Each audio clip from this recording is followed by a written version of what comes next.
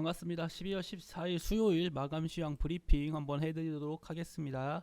자, 국내 증시가 어떻게 움직였나 한번 살펴보도록 할게요. 코스피 같은 경우는 금일 상승 종목 630여 개, 하락 종목 226개로 형성되어 있는 모습이고, 자, 코스닥 같은 경우는 금일 상승 종목 1200개, 하락 종목 250여 개로 형성되어 있습니다. 금일 수급을 보시면 외인과 기관의 동반 매수세가 이어졌으며 개인의 순 매도세가 나와준 모습이에요. 네, 원달러 환율 역시 9.7원 가까이 빠지면서 1,300원대가 깨진 모습이고, 외국인의 순매수세에 힘입어 비차익 순매수 역시 매수세가 이어지면서 금일 코스피와 코스닥 모두 1%와 2%에 가까운 강한 상승 랠리가 나와줬습니다. 금일 원달러 환율 좀 보시겠어요. 일단 환율 환율 차트를 보시면은 1300원이 이탈했습니다. 1300원이 깨진 모습은 지난 12월 5일 그쵸? 12월 5일 이후로 처음, 이게 약 지금 6거래일 만이죠. 6거래일 만에 처음으로 1300원이 다시 깨진 모습이고, 이러한 모습 자체가 아무래도 이번 CPI가 긍정적으로 나왔고, 긍정적인 CPI를 바탕으로 내일이죠. 내일 새벽에 발표될 텐데, 내일 새벽에 발표할 이제 금리 인상이 빅스텝을 단행할 확률이 커지고 있는 모습이에요. 빅스텝을 단행할 확률이 커짐으로써 인한 당연히 원달러 환율의 약세가 이어질 수밖에 없는 구조입니다. 자, 금일 중시를 조금 더 자세히 살펴보자고 하면은 코스닥이 크게 상승세가 나왔죠. 아무래도 코스피 대비 코스닥은 그동안 상승세가 다소 제한적인 움직임이 나왔기 때문에 상승세가 더욱 크게 나왔고, 금일 역시도 의약품 관련주가 강세가 나왔고, 의약품은 즉 바이오 관련주죠. 바이오 관련주의 강세가 나와주는 것이 국내 증시의 상승 랠리가 나오는 길이다 라고 자주 강조드렸고, 그것에 대한 이유가 금일 나와줬다고 저는 생각을 하고 있어요. 자, 그리고 움직임을 조금 더 자세히 살펴보도록 하겠습니다. 코스닥 같은 경우는 꾸준히 우상향이 좀 나와줬고, 코스피 역시 결국은 우상향이 좀 나와준 모습이에요. 이러한 모습 참으로 긍정적인 모습이다, 그렇게 저는 말씀드릴 수 있겠고, 이렇게 상승세가 계속 나와줬으면 좋겠어요. 하지만 일단 저는 많은 전문가들이 그렇게 예상하지만 이번 12월 FOMC 회의에서는 빅스텝을 단행할 확률이 큽니다. 빅스텝을 단행한다는 것 자체가 4번 연속 자이언트 스텝을 단행했던 과거와 달리 금리 인상 속도를 조절하겠다, 그렇게 보여지는 거잖아요. 금리 인상 속도 조절로 인한 국내 증시를 비롯한 전 세계 증시가 어떻게 변화할지 한번 주목을 해보시길 바랄게요. 자, 하지만 국내 증시에만 있는 두 가지 악재거리가 아직 남아 있습니다. 제가 오늘 방송 제목에서 쓴 것처럼 첫 번째는 금투세고, 두 번째는 대주주 양도세입니다. 금투세, 일단은 금투세가 가장 논란이 크죠. 금투세가 단행되면은 증시에 부정적인 영향을 줄 것이다, 혹은 상관없을 거다, 이런 식으로 두 가지 시선이 공존하고 있는 상황이에요. 이런 얘기, 솔직히 부정적인 영향을 줄지 상관없을지는 저도 알 수가 없어요. 그렇죠? 하지만 부정적인 영향을 줄 수도 있다는 이 시선, 이러한 시선이 있다는 것 자체가 악재거리로 작용될 수밖에 없는 상황이에요. 당연히 시장은 언제나 이슈를 만들고, 그 이슈를 핑계 삼아 시장은 약세가 나와주기 마련인데, 정말 이런 금투세 관련 이슈는 시장에서 약세가 나와주기 아주 좋은 소스라고 보여집니다. 그래서 국내 증시만 만약에 이건 내일이죠. 내일 국회 본회의에서 금투세가 만약에 통과가 된다면 단독적으로 국내 증시만 다소 약세가 나와줄 수도 있고, 아니면 오히려 정말 재료 소멸로 인한 강세가 나와줄 수 있는 겁니다. 아무도 알 수 없어요. 이 금투세가 증시에 어떻게 영향을 미칠지는. 하지만 현재로서는 부정적인 영향을 준다는 이 시선이 존재하는 것 자체가 금투세는 부정적인 모습이 증시에는 부정적인 모습이 이어질 수밖에 없다. 네, 그렇게 저는 보여지고 있고, 자, 또 다른 하나는 대주주 양도세 문제죠. 대주주 양도세는 국내 증시가 연말이면 늘 안고 가는 문제 중 하나예요. 개인의 강한 매도세가 나올 거예요. 대주주 양도세를 내기 싫으니까. 그래서 개인의 강한 매도세를 보통 외인이나 기관이 매수세를 쫙 급서는 모습이고, 대주주 양도세가 끝나는 내년 초에는 다시금 외인과 기관의 강한 매도세가 나오고 개인의 순매수세가 강하게 다시금 들어오는 모습이 자주 나왔다는 걸 기억해 보시면은, 이러한 두 가지 이슈, 국내에만 존재하는 이 두 가지 이슈가 존재한다고 말씀을 드릴 수 있겠네요. 이것에 대한 증시 변화도 반드시 체크를 하고 넘어가셔야 됩니다. 자, 그래서 금일 증시 자체가 나쁘지 않았고 수급도 긍정적이었고요. 저 개인적으로 금일 증시 참 좋았다고 생각해요. 원달러 환율 역시 긍정적이고 상승폭도 괜찮았어요. 전반적인 아시아 증시보다 국내 증시를 비교한다면 확실히 긍정적인 모습이 많이 포착된 하루였습니다. 이러한 흐름 이어지고 있는 거 아주 긍정적이라 생각이 되고 있고, 자, 금일 전반적으로 모든 종목들의 강세가 나와줬습니다. 그리고 가장 먼저 하나 주목해 봐야 될 이슈가 있죠. 자, 약값이 올랐는데 약국엔 해열제가 없다. 긴급 생산 명령했지만 당분간 품귀 현상이 불가피할 것이다. 이런 얘기가 나와주고 있습니다. 저희가 지금 이제 의약 원료 관련주가 강세가 지속적으로 나와주고 있습니다. 의약품 관련주 지금 강세가 나와준 종목은 좀 약세가 나와주고 있고, 약세가 나와준 종목은 다시 강세가 나와주고 있습니다. 물론 KPX 생명과학 같은 경우는 화이자 관련 이슈를 달고 강세가 나와준 점이 커요. 중국에서 화이자에 대해서 생산을 풀자마자 30분 만에 뭐 매진인가 뭐 그런 식이 됐다고 하잖아요. 그런 걸 보면은 화이자 관련 이슈로 KPX 생명과학은 강세가 나와준 것으로 판단이 되지만, 지금같이 이런 의약품 관련주들의 강세가 이어진다면은 확실한 거는 국내 증시에는 충분한 상승 모멘텀이 될 수 있습니다. 반도체와 바이오 관련주의 강세가 중요하다고 자주 강조드렸던 것처럼요. 아무튼 이러한 품귀 현상이 지속적으로 이어지고 있다, 그렇게 말씀드릴 수 있겠고, 자, 다음으로는 중국의 5G 기지국 확대가 가속화되고 있다. 기지국이 225만 개가 돌파되고 있다. 이와 같은 소식이 나와주면서 5G 관련주가 강세가 나와줄 수가 있습니다. 5G 관련주 하면 가장 먼저 떠오르는 건 솔직히 OE솔루션을 떠오를 수 있겠네요. OE솔루션이 가장 대표적인 종목이라고 말씀드릴 수 있겠고, OE솔루션 말고도 뭐 기가레인, 여기 적어놓은 거 많죠. 뭐 기가레인도 그렇고요. FR텍도 충분히 강세가 나와줄 수 있는 종목입니다. 이렇게 5G 관련주가 추후 추가적인 강세가 나와줄 수가 있다라고 말씀드릴 수 있겠네요. 자, 그리고 사우디아라비아 전기차 자유구역 조성 4차 컨퍼런스를 19일날 개최하겠다. 사우디아라비아 최근 이 중동 관련 이슈를 달고 나오는 테마들은 전반적인 큰 강세가 나와주는 경우가 많았습니다. 보시다시피 최근에 네옴시티 관련주가 참 강세가 많이 나와줬죠. 네옴시티를 비롯한 원전도 그러고요. 이렇게 뭐 전기차 관련 얘기가 나와주면은 충분히 수혜주로 부각이 될 수도 있거든요. 한 번 정도는 눈여겨볼 만한 테마라고 생각이 듭니다.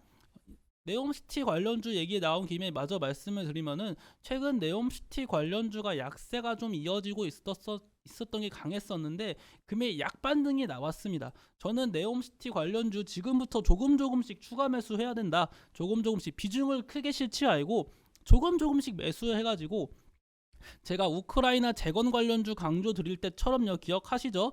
네옴시티 관련주도 조금씩 비중을 늘려가십시오.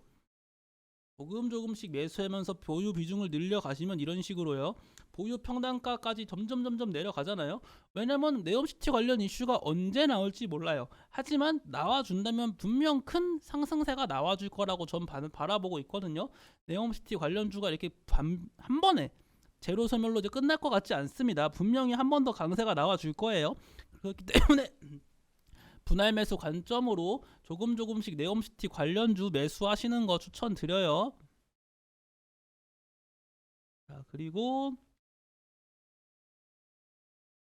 일동제약 시오노기 치료제 긍정적인 시그널이 감지됐다. 뭐 일본이 100만 명 분을 더 추가로 생산 주문했다, 이런 얘기가 나와주면서 일동제약이나 일동홀딩스 이 두 종목의 강세가 나와줄 순 있으나, 자주 강조드리죠. 일동제약과 일동홀딩스는 이미 많은 상승세가 나와줬던 종목이고 대시세가 나와줬던 종목인 만큼 다소 제한적인 움직임이 있을 수 있고, 어느 정도 그쵸?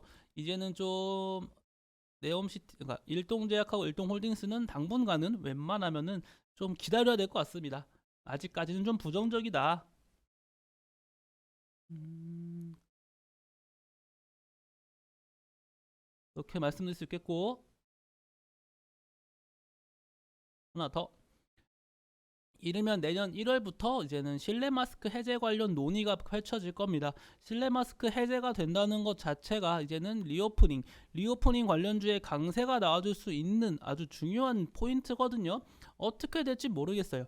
하지만 실내 마스크 해제로 시작한, 네, 이제는 그 실내 마스크 해제로 시작한 이런 리오프닝 관련주의 강세가 충분히 나와줄 수도 있기 때문에 좀 지켜봤으면 좋겠습니다. 저 개인적으로는 이런 리오프닝 관련주의 강세가 나와주는 것도 증시에는 긍정적이에요. 리오프닝 관련주라고 해서 단순 뭐 항공, 여행, 엔터 이러한 종목들만 강세가 나와주는 게 아니라 조금 더 크게 넓혀 보시면은 게임, 메타버스, OTT, 영화, 우리 일상생활 속에 많이 녹아져 내리는 것 자체가 리오프닝이기 때문에 이러한 점 나쁘지 않다라고 말씀드릴 수 있겠습니다. 자, 그리고 신풍제약에 대한 본사 공장 추가 압수수색이 나와주고 있습니다. 신풍제약에 이런 압수수색 이슈가 나와주면은 제로 스몰로 인한 이제 강세가 나와줄 수 있어요. 신풍제약이 뭐 이런 압수수색하면 안 좋은 거 아닌가요?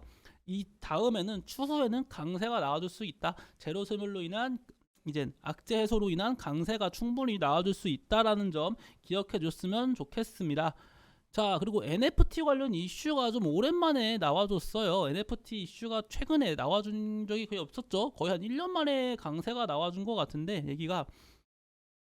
자, NFT는 어쨌거나 지금 비트코인, 암호화폐의 약세와 함께 동반 약세가 나와주고 있습니다. 암호화폐와 NFT의 사이는 뗄래야 뗄 수가 없는 관계이기 때문에 NFT 관련주의 강세가 나와줄 수 있을까라고 물어본다면은 조금 부정적이긴 해요.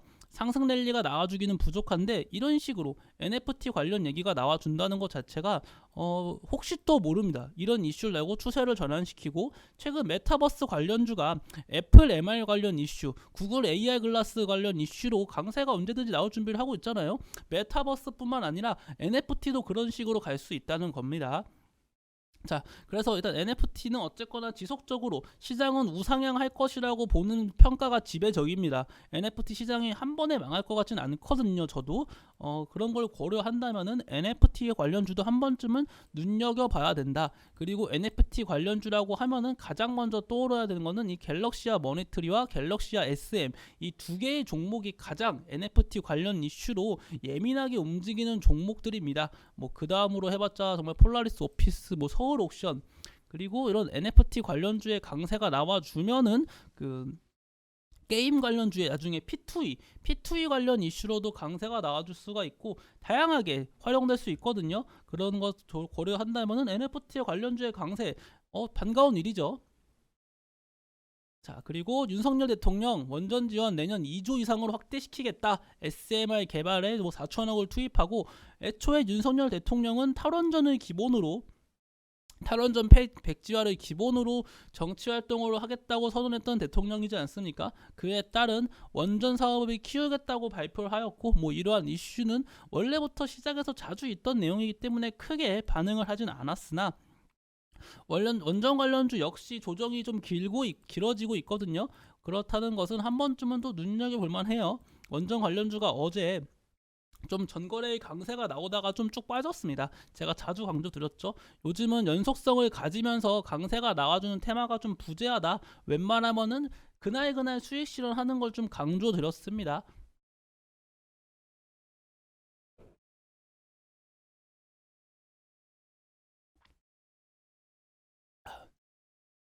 그러한 거 기억하고 계시고요.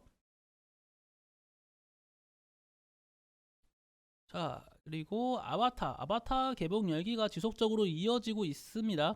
아바타가 과연 추가적으로 흥행을 계속해서 이어갈지 안 이어갈지 모르겠습니다. 아바타가 재밌는지 없는지 모르거든요.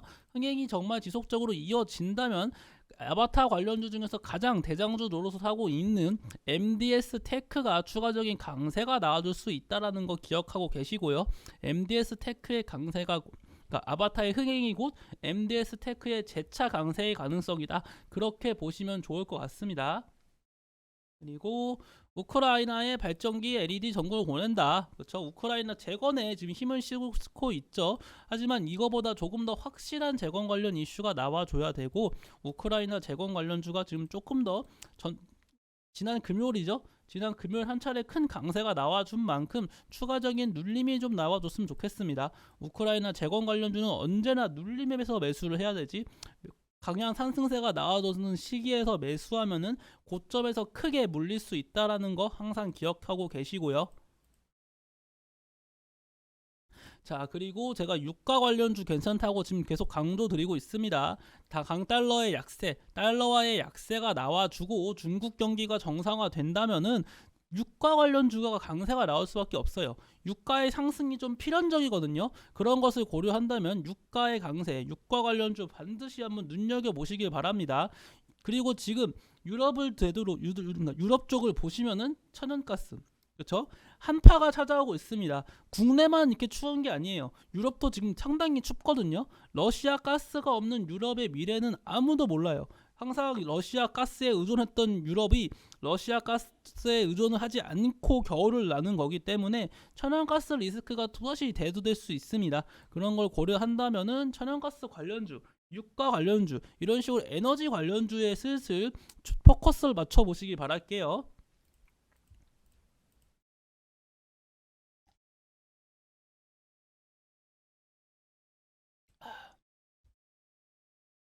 자, 그렇게 말씀드릴 수 있겠고, 그 밖에 뭐 나머지는 뭐 개별적인 이슈로 강세가 나와주고 뭐 이런 거 있었는데, 뭐 이런 것도 있었죠. 뭐 중국 9개 지역에서 코로나 변이가 출현했다, 뭐 불안감이 확산되고 있다, 뭐 이런 얘기도 있었는데, 중국의 어쨌거나 지금 기조는 제로 코로나 대신 위드 코로나로의 변화를 지금 추구하고 있고, 그것에 대한 변화의 모습은 없습니다.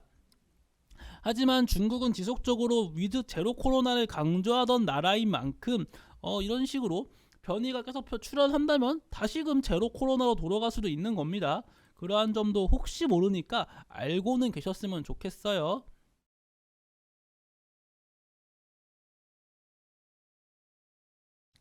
자, 일단은 제가 오늘 오후에 준비한 내용들은 여기서 이 정도로 마무리 짓겠고, 다른 이슈는 뭐 크게 없습니다. 금일 제가 다 말씀드렸고, 일단 내일 있을 12월 FOMC 회의에서 어떠한 내용이 나오는지 한번 주목을 해보시고요. 하지만 국내 증시는 그 12월 FOMC 회의보다 금투세 유예 유무에 대해서 그거 점이 더 크게 증시의 향방을 가리지 않을까, 저는 그렇게 생각을 하고 있습니다. 네, 오늘도 고생 많으셨고, 저는 내일 아침에 다시 한번 아침 라이브 방송으로 찾아뵙도록 하겠습니다. 네, 감사합니다.